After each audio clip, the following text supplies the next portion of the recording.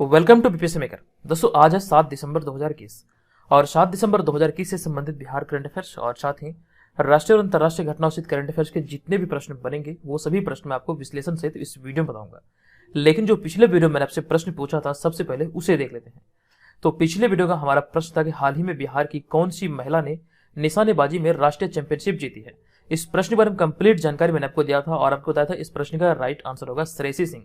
और श्रेयसी सिंह बिहार के जमुई जिले की रहने वाली हैं। और मैंने आपको बताया था कि श्रेयसी सिंह ने निशानेबाजी यानी कि शॉर्ट गन चैंपियनशिप में महिलाओं की ट्रैप स्पर्धा में इस खिताब को अपने नाम किया है। तो ऑप्शन नंबर ए यहाँ पर इस प्रश्न का right answer, sorry option number A नहीं बल्कि यहाँ पर इस प्रश्न का जो राइट आंसर होगा ये होगा ऑप्शन नंबर बी। और यहाँ पर आप लोग एक चीज ध्यान रखें, जो भी प्रश्न आप लोगों से वीडियो में पूछा जाता है आप लोग से कमेंट बॉक्स में लिखें और सभी चीजों को विस्तार पूर्वक लिखें। और यहाँ पे जो चर्चा हुई जमुई की, क्योंकि श्रेयसी सिंह जमुई की रहने वाली है और जमुई में ही मतलब कह सकते हैं भारत का सबसे बड़ा स्वर्ण खदान मिला है। इसकी पुष्टि अभी हाल ही में हुई थी। इसके बारे में भी कंप्लीट जानकारी मैंने आपको दिया था। और यहाँ पर एक चीज ध्यान रखिए, अगर आप लोग बिहार में आयोजित होने वाले किसी भी प्रतियोगी परीक्षा की तैयारी में लगे हैं तो इस वाले पीडीएफ को जरूर डाउनलोड करें। इसका लिंक आपको इस वीडियो के डिस्क्रिप्शन में दिया गया है, आप वहां पर जाकर के इस पीडीएफ फाइल को प्राप्त कर सकते हैं। इसकी विशेषता यह है कि इसमें जनवरी से लेकर के नवंबर तक के बिहार स्पेशल करंट अफेयर्स को शामिल किया गया है, जो आगामी सभी प्रतियोगी परीक्षा के दृष्टिकोण से महत्वपूर्ण है, जो खास करके बिहार में आयोजित होंगी। और एक चीज यहाँ पर यह ध्यान रखिए, जो लोग भी घर बैठे 67वीं बीपीएससी और बीपीएससी सीडीपीओ ये दोनों परीक्षा की तैयारी में लगे हैं तो ऑनलाइन टेस्ट सीरीज में भाग ले सकते हैं बीपीएससी मेकर ऐप के थ्रू। और जितने भी हमारे स्टडी मटेरियल है वो सारे के सारे आप बीपीएससी मेकर ऐप के थ्रू प्राप्त कर सकते हैं। इस चीज का यहाँ से ध्यान रखिए, जो भी आप यहाँ पर देख रहे हैं ये सारे के सारे हमारे बीपीएससी मेकर ऐप पर आपको मिलेगा। चलिए अब यहाँ पर हम चलते हैं आज के इस वीडियो के पहले प्रश्न पे। एक एक करके मैं आपको सारे प्रश्न बताऊंगा और जो इनसे संबंधित एक्स्ट्रा फैक्ट्स होगा वो भी आपको बताऊंगा। तो आपको इस पूरे वीडियो को ध्यानपूर्वक देखना है। आज का यहाँ पे हमारा पहला प्रश्न है कि हाल ही में भारत अंतर्राष्ट्रीय व्यापार मेले के 40वें संस्करण में किस राज्य ने स्वर्ण पदक पुरस्कार जीता है। इंपॉर्टेंट प्रश्न है बिहार करंट अफेयर्स के दृष्टिकोण से, क्योंकि ये जो पुरस्कार मिला है ये बिहार को दिया गया है। तो ऑप्शन नंबर सी यहाँ पर इस प्रश्न का राइट आंसर होगा। अब आपको यहाँ पर इस प्रश्न के बारे में बता दूं कि केंद्रीय वाणिज्य और उद्योग मंत्री पीयूष गोयल ने दिल्ली के प्रगति मैदान में भारत अंतर्राष्ट्रीय व्यापार मेले 2021 के 40वें संस्करण का उद्घाटन किया। ये आपको यहाँ पर ध्यान रखना है, केंद्रीय वाणिज्य और उद्योग मंत्री पीयूष गोयल के द्वारा इसका उद्घाटन दिल्ली के प्रगति मैदान में किया गया और ये इसका 40वां संस्करण था भारत अंतर्राष्ट्रीय व्यापार मेले का। अब यहाँ पर अगले पॉइंट में इसी प्रश्न से संबंधित कुछ और भी पॉइंट को ऐड किया गया, आप यहाँ पर देख सकते हैं। हमारा अगला पॉइंट है, यह भारत व्यापार संवर्धन संगठन द्वारा आत्मनिर्भर भारत के विषय के साथ और वोकल फॉर लोकल के विचारों को बढ़ावा देने के लिए आयोजित किया गया था। और नेक्स्ट पॉइंट यह है कि बिहार 40वें IITF का भागीदार राज्य था, यानी कि कह सकते हैं भारत 40वें अंतर्राष्ट्रीय व्यापार मेला का भागीदार राज्य था और इसमें बिहार ने स्वर्ण पदक अपने नाम किया है। ये आपको यहाँ से ध्यान रखना है। और यहाँ पे हमने बिहार से रिलेटेड कुछ और भी पॉइंट को ऐड किया है। 2 पॉइंट है, दोनों के दोनों इंपॉर्टेंट है। हमारा पहला कि हाल ही में बिहार सरकार ने गरुड़ पक्षी को जीपीएस ट्रैकर के साथ ट्रैक करने का निर्णय लिया है और इसकी जानकारी मैंने आपको दिया था। और साथ साथ एक पॉइंट और भी है कि हाल ही में बिहार सड़क दुर्घटना पर रिसर्च करने वाला देश का पहला राज्य बन गया है। अब यहाँ पे हमारा दूसरा प्रश्न है कि हाल ही में मधुबनी के किस अंतर्राष्ट्रीय पैरा तैराक को राष्ट्रपति ने national best sports person award से सम्मानित किया है। अभी हाल ही में राष्ट्रपति रामनाथ कोविंद द्वारा मधुबनी जिले के किस अंतर्राष्ट्रीय पैरा तैराक को national best sports person award से सम्मानित किया गया है। इस प्रश्न का हमारा right answer option number A यानी कि शम्स आलम इस प्रश्न का राइट आंसर होगा। आपको यहाँ पर इस प्रश्न के बारे में बता दूं कि मधुबनी के अंतर्राष्ट्रीय पैरा तैराक शम्स आलम को राष्ट्रपति रामनाथ कोविंद ने national best sports person award से नई दिल्ली के विज्ञान भवन में सम्मानित किया है। ये आपको यहाँ से ध्यान रखना है। हमने यहाँ पर शम्स आलम के बारे में कुछ और भी पॉइंट को लिखा है, इनकी कुछ उपलब्धियां हैं, यहाँ से प्रश्न बन सकते हैं। इससे रिलेटेड एक प्रश्न मैंने आपको कुछ दिन पहले भी बताया था। तो यहाँ पर इसमें हमारा अगला पॉइंट है कि शम्स बिहार के पहले पैरा तैराक हैं जिन्हें वर्ष 2020 के लिए राष्ट्रीय स्तर पर बेस्ट स्पोर्ट्स पर्सन अवार्ड मिला है। आपको ये ध्यान रखना है 2020 के लिए मतलब ये कह सकते हैं अवार्ड दिया गया है शम्स आलम को। और यहाँ पे हमने अगले पॉइंट में लिखा, इसकी घोषणा 26 अक्टूबर को भारत सरकार के सामाजिक न्याय एवं अधिकारिता मंत्रालय ने की थी। इसकी जानकारी मैंने आपको दिया था जब ये घोषणा हुई थी। आई होप कि आपको ये सारी चीजें याद होगी। अब यहाँ पे हमारा अगला पॉइंट है कि शम्स आलम पैरा तैराकी में उत्कृष्ट प्रदर्शन करते हुए 2019 में अपना नाम इंडिया बुक ऑफ रिकॉर्ड में दर्ज करा चुके हैं। तो ये भी आपको यहाँ से ध्यान रखना है। चलिए अब यहाँ पर हम चलते हैं अगले तीसरे प्रश्न पे। हमारा तीसरा प्रश्न है कि हाल ही में कौन सी संस्था के द्वारा भू अभिलेख के डिजिटाइजेशन एवं आधुनिकीकरण के लिए बिहार को सर्वश्रेष्ठ प्रदर्शन करने वाला राज्य घोषित किया गया है। किसके द्वारा, नहीं कह सकते किस संस्था के द्वारा ये सर्वश्रेष्ठ प्रदर्शन करने वाला राज्य बिहार को घोषित किया गया इस मामले में। इस प्रश्न का हमारा right answer option number D यानी कि NCEAR के द्वारा ये मतलब कह सकते हैं सर्वश्रेष्ठ प्रदर्शन करने वाला राज्य घोषित किया गया। ऑप्शन नंबर डी यहाँ पर इस प्रश्न का राइट आंसर होगा।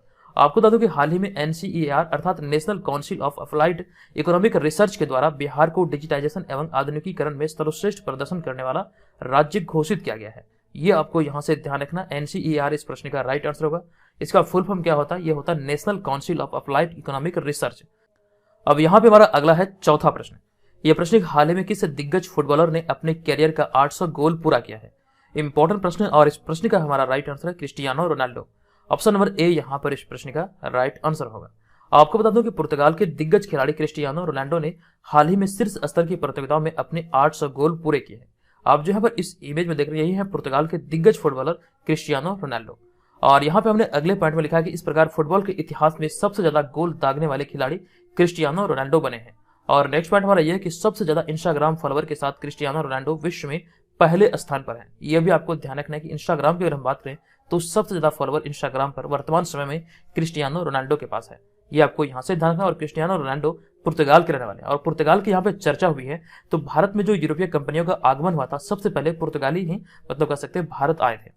अब यहाँ पर इन सब के अतिरिक्त एक पॉइंट आपको और भी बता दूं कि वास्को डिगामा द्वारा जो भारत की खोज किया गया था या फिर कह सकते हैं भारत के रास्ते की जो खोज किया गया था तो वास्को डिगामा जो रहने वाले थे ये पुर्तगाल के ही रहने वाले थे। तो ये भी आपको ध्यान रखना है। अब यहाँ पे हमारा अगला है पांचवा प्रश्न। यह प्रश्न हाल ही में NHAI का नया प्रमुख किसे नियुक्त किया गया है? इंपॉर्टेंट प्रश्न है और इस प्रश्न का हमारा right answer option number B यानी कि अलका उपाध्याय इस प्रश्न का राइट आंसर होगा। अब यहाँ पर आपको इस प्रश्न पर बता दूं कि हाल ही में केंद्र सरकार ने वरिष्ठ IAS अधिकारी अलका उपाध्याय को भारतीय राष्ट्रीय राजमार्ग प्राधिकरण यानी कि NHAI का अध्यक्ष नियुक्त किया है। आप जो यहाँ पर इस इमेज में देख रहे हैं अलका उपाध्याय। इनके बारे में एक पॉइंट और है कि अलका उपाध्याय मध्य प्रदेश कैडर के 1990 बैच की IAS अधिकारी है और वे वर्तमान में ग्रामीण विकास विभाग में अतिरिक्त सचिव है। तो ये भी आपको यहाँ से ध्यान रखना है। अब यहाँ पर इनके अतिरिक्त एक और मतलब कह सकते हैं नियुक्ति भी आप इस वाले पॉइंट में देख सकते हैं कि उसके अतिरिक्त बंदरगाह जहाजरानी और जलमार्ग मंत्रालय के अतिरिक्त सचिव संजय बंदोपाध्याय को भारतीय अंतर्देशीय जलमार्ग प्राधिकरण का अध्यक्ष बनाया गया है। यहाँ पर आपको दोनों पॉइंट को याद रखना। अगर हम बात करें भारतीय राष्ट्रीय राजमार्ग प्राधिकरण की तो अलका उपाध्याय को मतलब कह सकते हैं इसका अध्यक्ष चुना गया है और वहीं पर अगर हम बात करें भारतीय अंतर्देशीय जलमार्ग प्राधिकरण की तो संजय बंदोपाध्याय को इसका अध्यक्ष बनाया गया है। ये चीजें यहाँ से आपको ध्यान रखना है। अब यहाँ पे हमने भारतीय राष्ट्रीय राजमार्ग प्राधिकरण के बारे में एक पॉइंट को लिखा है कि भारतीय राष्ट्रीय राजमार्ग प्राधिकरण का गठन संसद के एक अधिनियम भारतीय राष्ट्रीय राजमार्ग प्राधिकरण अधिनियम 1988 के द्वारा किया गया था और इसका मुख्यालय नई दिल्ली में है। तो ये जानकारी भी आपको यहाँ से ध्यान रखना है। अब यहाँ पे हमारा अगला है छठा प्रश्न। यह प्रश्न के हाल ही में किस भारतीय अमेरिकी गणितज्ञ को सिप्रियन फयस पुरस्कार के लिए चुना गया है? इंपॉर्टेंट प्रश्न है और इस प्रश्न का हमारा राइट आंसर निखिल श्रीवास्तव यानी कि ऑप्शन नंबर ए यहाँ पर इस प्रश्न का राइट आंसर होगा। अब आप यहाँ पर देख सकते हैं एक शब्द का प्रयोग किया गया है भारतीय अमेरिकी। तो भारतीय अमेरिकी अगर हम बात करें तो इस प्रश्न का right answer option number A, क्योंकि जो पुरस्कार जो प्रदान किया गया ये सिप्रियन फयस का ये संयुक्त रूप से 3 गणितज्ञ को दिया गया है। लेकिन यहाँ पे आपसे प्रश्न में पूछा गया भारतीय अमेरिकी तो निखिल श्रीवास्तव इस प्रश्न का राइट आंसर होगा। अब आपको यहाँ पर इस प्रश्न के बारे में कंप्लीट जानकारी दे दूं कि हाल ही में भारतीय अमेरिकी गणितज्ञ निखिल श्रीवास्तव को संयुक्त रूप से अमेरिकन मैथमेटिकल सोसाइटी द्वारा ऑपरेटर थ्योरी में पहले सिप्रियन फयस पुरस्कार के लिए चुना गया है। आप जो यहाँ पर इस इमेज में देख रहे हैं निखिल श्रीवास्तव और यहाँ पे हमने अगले पॉइंट में लिखा कैलिफोर्निया विश्वविद्यालय में पढ़ा रहे निखिल श्रीवास्तव $5000 की इनामी रकम को 2 अन्य विजेताओं एडम मार्कस और डेनियल स्लिपमैन के साथ साझा करेंगे। यानी कि कह सकते हैं ये जो पुरस्कार दिया गया अभी हाल ही में ये सिप्रियन फयस का ये संयुक्त रूप से 3 मतलब कह सकते हैं गणितज्ञ को दिया गया।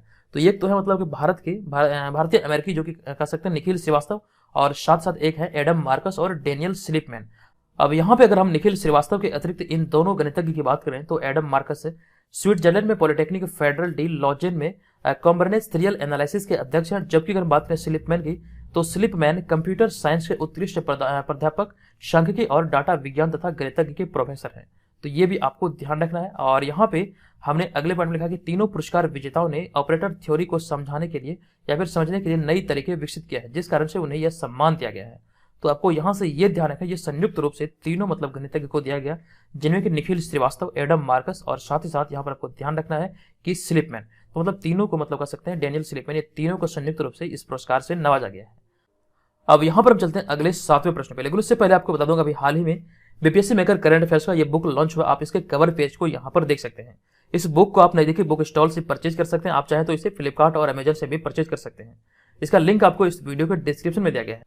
क्योंकि हमने जो इस बुक को तैयार करने में इतनी मेहनत की है, तो आप लोग इसका भरपूर लाभ उठाइए। बुक स्टॉल पर जाइए, इसे देखिए, उसे समझिए। अगर आपको लगे कि ये बुक आपके लिए हेल्पफुल हो सकती है तो इसे जरूर आप लोग परचेज कीजिए।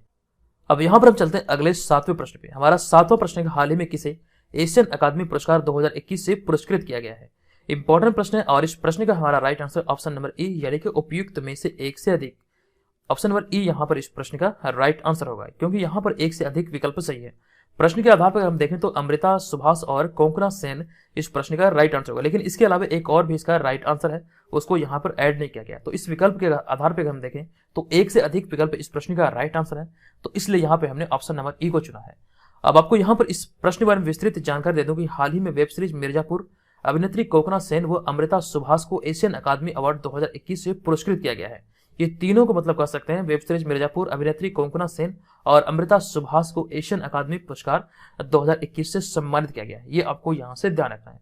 हमने यहाँ पे अगले पॉइंट में लिखा कि सिंगापुर में आयोजित पुरस्कार समारोह में एशिया प्रशांत क्षेत्र के विभिन्न कलाकारों को सम्मानित किया गया है। और नेक्स्ट पॉइंट यह कि मिर्जापुर सीजन 2 को ओटीटी श्रेणी में सर्वश्रेष्ठ कार्यक्रम का पुरस्कार दिया गया। ये इंपॉर्टेंट लाइन है, ये आप ध्यान रखेंगे। मिर्जापुर सीजन 2 को ओटीटी श्रेणी में सर्वश्रेष्ठ कार्यक्रम का पुरस्कार दिया गया है। आपके मन में ये सवाल उठ रहा होगा, ओटीटी श्रेणी क्या है? तो यहाँ पर अगर मैं आपको ओटीटी प्लेटफॉर्म के बारे में बताऊं, ओटीटी श्रेणी आखिर है क्या, तो आपको ध्यान रखना। यहाँ पर मैं आपको एक उदाहरण दे रहा हूँ कि एमएक्स प्लेयर हो गया, अमेजन प्राइम वीडियो हो गया, हॉटस्टार वीआईपी हो गया, नेटफ्लिक्स वगैरह जो है ये ओटीटी प्लेटफॉर्म की श्रेणी में आते हैं। तो यहाँ से आई थिंक आप ये इसे समझ चुके हैं, ओटीटी श्रेणी आखिर है क्या। और यहाँ पे हमने अगले पॉइंट लिखा कोंकणा सेन को नेटफ्लिक्स की श्रृंखला अजीब दास्तान में भारतीय मंडल के किरदार के लिए मतलब सर्वश्रेष्ठ अभिनेत्री का पुरस्कार दिया गया। और वहीं पे अगर हम बात करें अमृता सुभाष को बॉम्बे बेगम्स में अभिनय के लिए पुरस्कृत किया गया है। तो ये सारी चीजें यहाँ से आपको ध्यान रखना है, तीनों के तीनों यहाँ पे हमने ऐड कर दिया है। चलिए अब यहाँ पर हम चलते हैं अगले प्रश्न पे। हमारा अगला है 8वां प्रश्न। ये प्रश्न हाल ही में 64वीं राष्ट्रीय निशानेबाजी चैंपियनशिप किसने जीती है? इस प्रश्न का हमारा right answer option number C यानी कि मनु भाकर इस प्रश्न का राइट आंसर होगा। अब यहाँ पर आपको इस प्रश्न के बारे में कंप्लीट जानकारी दे दूं कि हरियाणा की मनु भाकर ने 64वीं राष्ट्रीय निशानेबाजी चैंपियनशिप के फाइनल में लगातार दूसरी बार 241.6 का स्कोर करते हुए महिलाओं की 10 मीटर एयर पिस्टल चैंपियनशिप का ताज अपने नाम किया है। आप यहाँ पर इनको इस इमेज में देख सकते हैं। और यहाँ पे हमने अगले पॉइंट में लिखा कि मनु भाकर की टूर्नामेंट के पिछले 4 सत्र में यह तीसरी जीत है। और यहाँ पे हमने अगले पॉइंट में लिखा इसके अतिरिक्त ईशा सिंह ने कांस्य पदक, जबकि तमिलनाडु के श्री नेवेदा ने रजत पदक अपने नाम किया। तो ये भी आपको ध्यान रखना, श्री नेवेदा ने रजत पदक अपने नाम किया, जबकि अगर बात करें ईशा सिंह की तो उन्होंने कांस्य पदक अपने नाम किया। और इसी मतलब कह सकते हैं प्रतियोगिता से रिलेटेड एक प्रश्न मैंने आपको कुछ दिन पहले भी बताया था, शायद कल ही। तो इस प्रतियोगिता में जमुई बिहार की श्रेयसी सिंह निशानेबाजी यानी कि शॉटगन चैंपियनशिप में महिलाओं की ट्रैप स्पर्धा का खिताब जीता है। तो ये चीजें भी आपको ध्यान रखना, थोड़ी देर पहले भी मैंने आपको शायद इसके बारे में बताया था। अब यहाँ पे हमारा अगला है 9वां प्रश्न। यह प्रश्न हाल ही में कला संस्कृति विकास योजना किसके द्वारा शुरू किया गया है?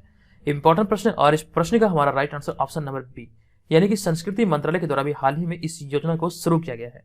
अब यहाँ पर आपको इस प्रश्न के बारे में बता दूं कि हाल ही में संस्कृति मंत्रालय ने कला संस्कृति विकास योजना के तहत बौद्ध या तिब्बती संस्कृति और कला के विकास के लिए वित्तीय सहायता हेतु एक योजना शुरू की है, जो कि अभी हाल ही में संस्कृति मंत्रालय के द्वारा शुरू किया गया है। और इस योजना के तहत क्या कार्य होगा वो यहाँ पर अगले पॉइंट में आप देख सकते हैं। तो इस योजना के तहत देश के किसी भी हिस्से में स्थित बौद्ध या फिर तिब्बती संस्कृति एवं परंपरा के प्रचार और विकास में लगे मठों सहित स्वैच्छिक बौद्ध तथा तिब्बती संगठनों को वित्तीय सहायता प्रदान की जाएगी। ये आपको यहाँ से ध्यान रखना है। अब यहाँ पे हमने अगले पॉइंट में संस्कृति मंत्रालय के बारे में लिखा है कि संस्कृति मंत्रालय भारत सरकार का एक मंत्रालय है जिस पर कला संरक्षण और संस्कृति को बढ़ावा देने का दायित्व है। और नेक्स्ट पॉइंट यह कि प्रहलाद सिंह पटेल वर्तमान में संस्कृति मंत्रालय के मंत्री हैं। तो ये भी जानकारी ध्यान रखिए। अब चलते हैं हम 10वें प्रश्न पे। हमारा 10वां प्रश्न है कि प्रत्येक वर्ष विश्व मृदा दिवस कब मनाया जाता है? इंपॉर्टेंट प्रश्न है और इस प्रश्न का हमारा right answer option number C यानी कि प्रत्येक वर्ष 5 दिसंबर को विश्व मृदा दिवस यानी कि वर्ल्ड सॉइल डे मनाया जाता है। तो ऑप्शन नंबर सी यहाँ पर इसका राइट आंसर होगा।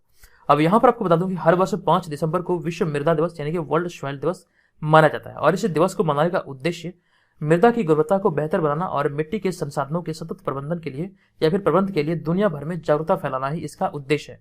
और इसी उद्देश्य को लेकर के प्रत्येक वर्ष 5 दिसंबर को मनाया जाता है। हमने यहाँ पे अगले पॉइंट में लिखा कि वर्ष 2013 में संयुक्त राष्ट्र महासभा ने 5 दिसंबर को विश्व मृदा दिवस घोषित किया था। और ये पहली बार इस दिवस को पूरे विश्व में 5 दिसंबर 2014 को मनाया गया था। ये ध्यान रखिएगा, इसकी घोषणा 2013 में हुई थी और ये मनाया गया था 2014 में, 5 दिसंबर 2014 में। और यहाँ पर इन सब के अतिरिक्त हमने 2 पॉइंट और ऐड किया है कि प्रत्येक वर्ष 3 दिसंबर को विश्व दिव्यांग दिवस और 4 दिसंबर को विश्व नौसेना दिवस मनाया जाता है।